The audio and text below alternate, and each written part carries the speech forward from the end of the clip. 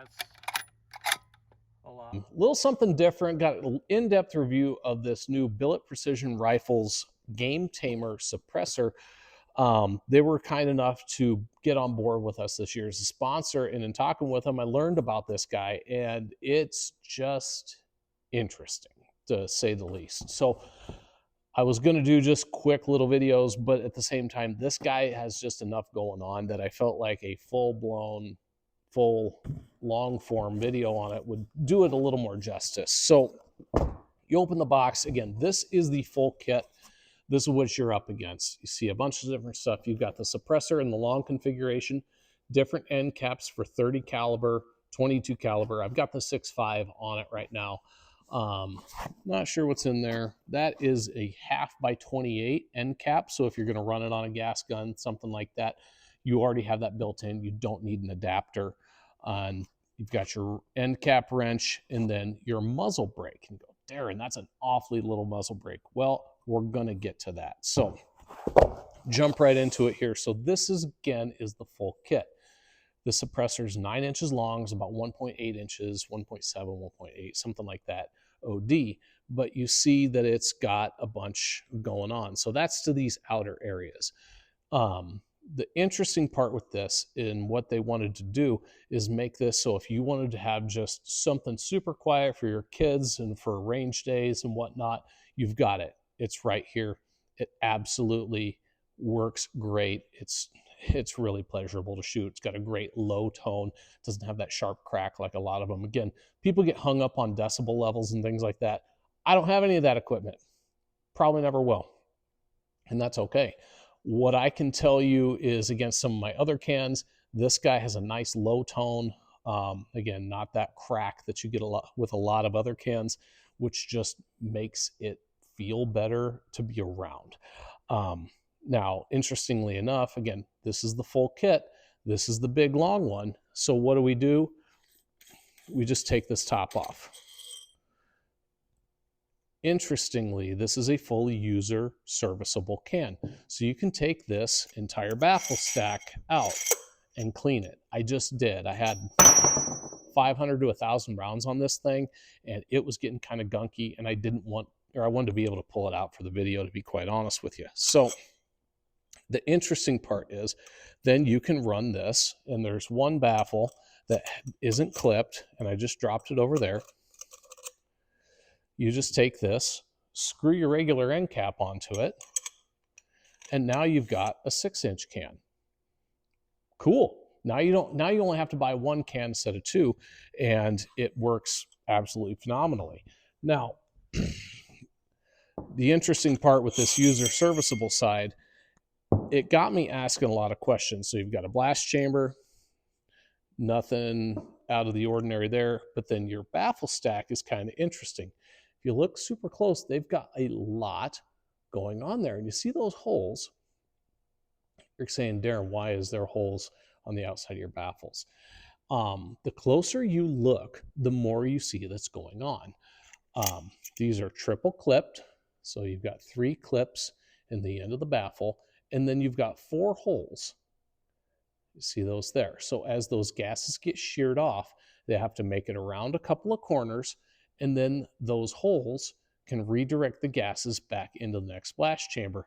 It's got to be something with the interruption of the gases and things like that, but it can also find its way through these keyholes, which are offset, and those keyholes then will keep that in a secondary area on the outside of the tube that, while not a true flow-through suppressor, gives it a lot of flow-through characteristics.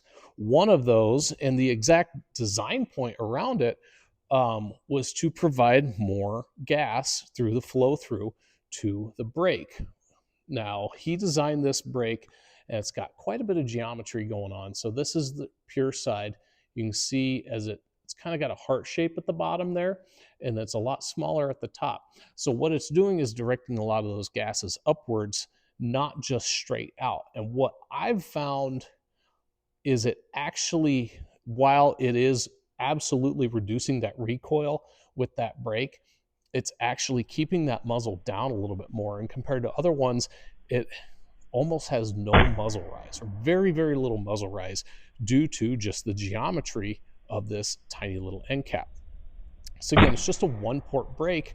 It is very low profile, but it's full titanium. Thing is built like a rock, and it just works. Now the other side, and the actual reason for all of that flow throughy stuff, was the outside of this, and you'll see it's designed so a lot of the gases from that outer chamber can go through, not through your regular pupil, but it's designed with a large exit pupil. So you see on the inside of the brake, and those mate together on a taper, that gets a lot more gases to that brake so it can be more effective. Because that's one of the Achilles heels of running a brake on a suppressor, is a good suppressor catches all that pressure and doesn't allow it out, and that's what provides good suppression.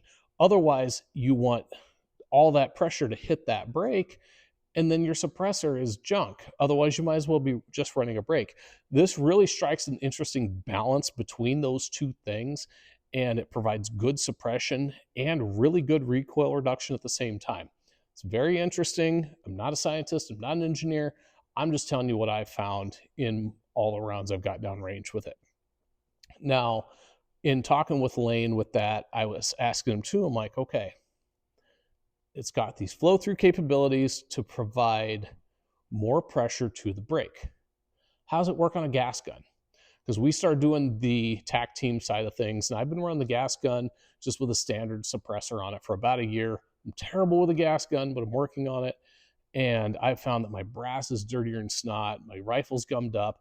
I don't know how to tune it right, something along those lines, but I know that it's that suppressor's hurting me a little bit. I'll wipe down the bolt carrier group about it, or midway through the match, and that keeps me running. But I asked him, because I was very curious, how's this work on a gas gun? Because if it's got that flow through, does it provide less back pressure to the bolt carrier and less fouling, et cetera, et cetera, et cetera? Anybody that's runs suppressor in a gas gun knows exactly what I'm talking about. He said that's actually a fringe benefit of doing it this way. It wasn't the original intention. The intention was surrounding getting most of that gas to this brake, but in doing so, it made that back pressure a lot less. And while this can is definitely not rated for mag dumps or anything like that, he said if you run this rapid fire, it will actually pressurize that outer chamber and it stops acting like a suppressor at all. But if you're running it in like a PRS match or something like that, or one of our matches, it runs really well. So I was going to do this video about a week or two ago, but I just was getting a 6 arc belt, and I took it out yesterday to try it out. And that arc is a 22-inch barrel, and it is tuned originally for an Area 419 Hellfire match brake. Okay, sounds good. This thing is tuned not to run a suppressor. I screwed this sucker on there, 0 adjustments whatsoever, and it ran perfect. It wasn't overgassed. I was getting about 3:30, 4 o'clock ejection. Brass was nice and clean, and everything like that. Wasn't gassing me out or anything, and it just ran phenomenally. So what I can say, as far as I did throw a different can on it, and it was aggressive. It was throwing it all over the place. So this actually does work really well on gas guns as well. So it's a very interesting design.